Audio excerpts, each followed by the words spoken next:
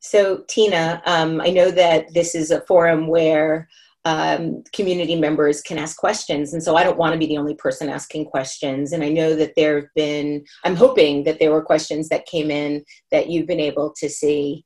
Would you like to share some? Yes, thank you so much. I'm really enjoying your energy, by the way, and the exchange. I think from now on, I will only have couples interview each other. This is like a whole new level. Really, I think it's the way to go.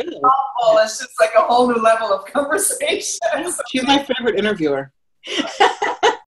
The pro of all pros.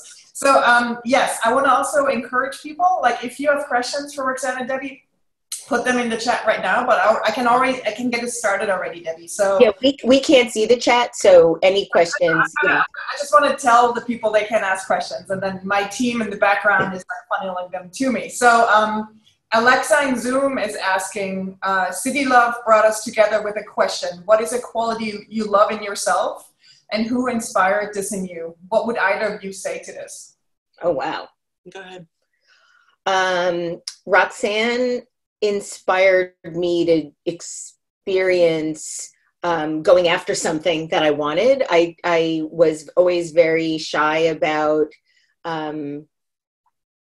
who I was with in terms of, making the first move or making any move, making any move. And with Roxane, I pursued her like really fairly aggressively. Very aggressively. And that is something that she brought out in me that I like about sort of not letting my own, I said we were opposite. So I'm very out there, in the world saying things that I feel need to be said. But I'm very, very shy about asking for what I want. And so going after Roxane sort of broke that pattern to a degree, and I like that part of me now. Yeah, that's a good part. I'm into it. I think a quality I like about myself, and this applies both personally and professionally, is my willingness to be vulnerable. Because I was very closed off for a very long time, and then through writing, I was able to talk about difficult things and explore nuanced issues. And so I like that quality about myself, my willingness to go there within boundaries. I love that. Thank you. The questions are coming in. One is really funny, by the way. We've seen it multiple times in the chat already. Can you adopt us, please? Oh, like Matt gets his adult son? Out of nowhere. Okay, brother. Okay. Maybe. Depends on whether or not you have a dog. If you have a dog, you have a much better chance of being adopted. Yes. For her, not so much, but she wants a dog really badly. She loves her dogs, Debbie. All right, so Keith Yamashita is asking in Zoom. Hey, hi, Keith. Yes, Keith is here. There he is, waving. Where do we find the moral imagination to build for the long-haul sustainable effort? How do we honor all who have come before? And how do we reshape what people think is possible? That's like 3 questions, but... Yeah, that's actually a really good question. And I think it's a question that a lot of us are trying to answer. And, I think about this in the context of prison and police abolition. If you had asked me 3 weeks ago if I believed in them, I would have said I don't understand how that is possible. I just don't. And that was my failure. That was a failure of my imagination. And so I think that we have to recognize the failures of our imagination and then push beyond them. Yeah. And we have to be radical. We have to truly re-envision many of the institutions that we have come to think of as unmovable and unchangeable. And then we also have to remember our history. And frankly, that involves reminding ourselves and each other of our history, because so much of the work that we're doing now has already been done time and time and time again. And so much of our history contributes exactly to the state of the world today. So this year, for example, is the centennial of women's suffrage. But people keep calling it women's suffrage when it's really white women's suffrage. And so we have to be able to make the difficult stances And so I actually was just interviewed for something about the centennial. And I was like, until you call this documentary the anniversary of white women's suffrage, I have nothing to say. Because when you say women's suffrage, you make it seem like, oh, everything was fixed 100 years ago, and it wasn't. And so by doing that and by being willing to stare down history for what it was, both good and bad, I think that we do hold on to the work that has been done before, and that the work that we sort of still have to do. Keith is giving me jazz hands. Giving us jazz hands. All right, thank you, Roxane. From Claire in Zoom, what is bringing you joy at the moment when joy feels a bit harder to come by these days? I can't talk about one of the things that's bringing me joy, but it's bringing me quite a lot of joy. Why? Oh, okay.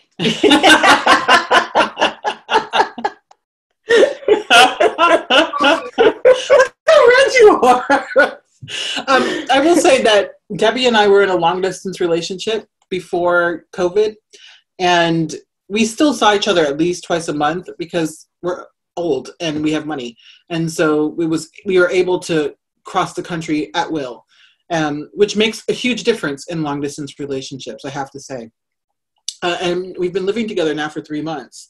And we had already actually decided before COVID that we were kind of ready to not be apart as much as we were. It just wasn't good. We were ready to figure it out one way or another.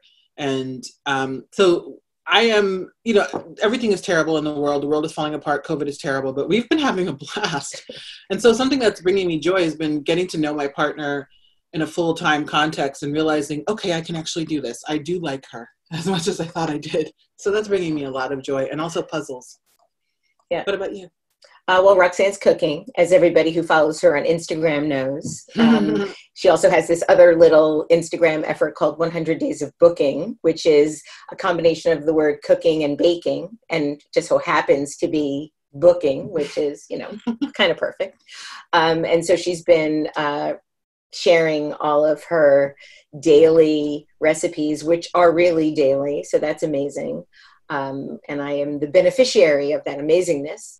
And also my garden. So I started a garden here and have a full-on vegetable garden now. We have tomatoes, we have potatoes, we have beans, we have cucumbers, have peppers, corn. It's just extraordinary. And radishes that have grown from seeds. And the radishes are spicy. Just like the notion of this tiny little seed turning into this thing that lives, that you can eat, it's just amazing. And, I sound like I'm high, and I'm not, but it's just incredible, the universe that happens when you are able to grow something from nothing. And also a flower garden. And so I've spent a lot of time in the garden now, taking care of it, watching it. And I have tremendous joy doing that, something that I've never experienced before. I'm a native New Yorker. This is the first time I've ever been away from New York for as long as I am. Yeah. And she's doing really well, though. I am. She is. Every once in a while, I can see that she needs to walk down the street and kick someone's ass. But other than that, she's doing very well. Yeah, and I do, and I love it here. We love living together, and it's been really fun to share 24/7 with someone, because it's not even just we live together and then we go out and work. It's 24/7. We live and work together, so it's been a lot of togetherness. That has been a joy, but in a good way. That has been a joy. That's my answer, is just sort of living the life that we're living right now inside the house. Once we go outside the house, outside the garden, it's like a fucking clusterfuck, and it's terrible. And we have moments where we're both crying because, Breonna Taylor's killers haven't been arrested yet. And we get really just so angry. And then we watch reruns of Law and Order SVU and feel like maybe the bad guys will always get it in the end. Yes.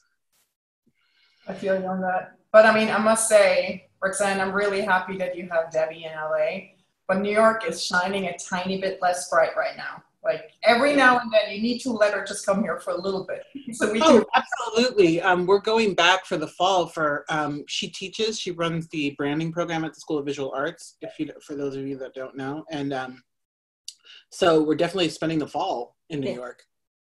Well, that's so exciting. We'll be at the Creative Mornings there. Yes. York can recharge on Debbie. All right, so we have time for 2 more questions.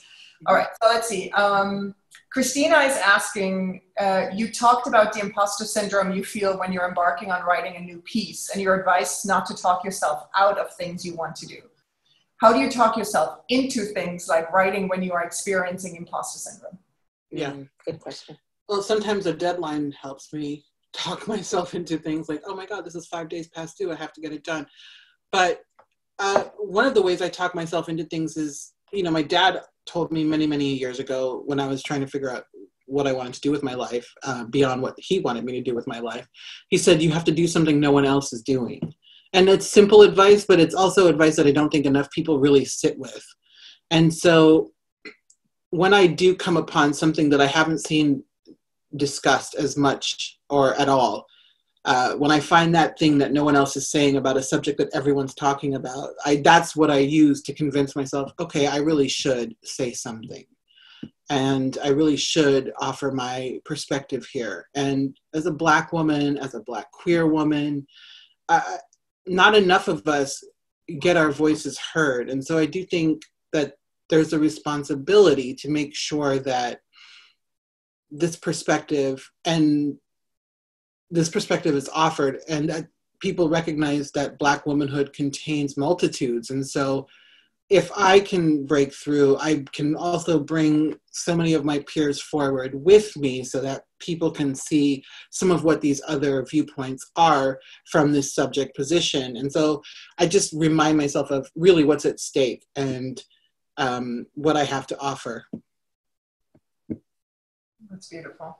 All right, so last question before we wrap up our event, even though we could go forever.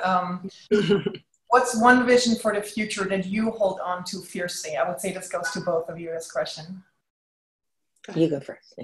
Okay. I'm struggling with that right now. Right? I'm struggling, I have to admit.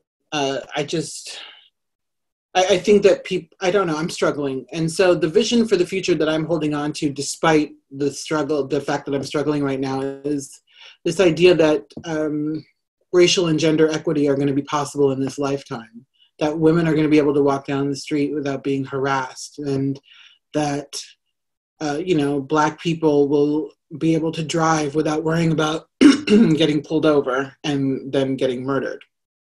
And it's just such a simple vision, right? That's a sad vision. Like, that's the extent of the vision. But I can't worry about hovercrafts because I just think that there's just Black people and women and queer people, we have just so many basic needs that are not being met. And so I just envision a world where our basic needs are met and where our rights are as inalienable as anyone else's. And that's what I'm trying to hold on to right now. Yeah, I mean, I think if we look back to the sort of origin story of our culture, we the people didn't mean all of the people. We the people meant a very specific segment of the population. And so I'd like to envision a world where we the people includes all people, period, the end. Oh, that's good. Very succinct. I like it. Thank you. Oh my God, that was beautiful. Oh, thank you both so much. Roxane and Debbie, really, really from the bottom of my heart, thank you for making time for this community. That is so generous of you. Also, I saw someone ask if our cats are okay. Our cats are doing very, very well. They are, my cousin is living in our house until we get back. Where did you see that? I saw the questions up here. Oh, it's one at a time. Okay, so yes. It's going by. And so, they're thriving. They love her. We're worried that they don't remember us. Yeah. And when we FaceTime with them, they're just like, whatever. Yeah, her niece or goddaughter is quite beautiful and young and gorgeous. And she plays with them and everything. We FaceTime with them. Yes, we absolutely do FaceTime with the cats. But they were like, we love Ariane. Don't come leave back. us alone. Like, why are you ladies talking to us? Go away, broads. And so that was fun. They were very significant. So adorable. I have no words. Thank you. Let's give another round of applause to Debbie and Roxane.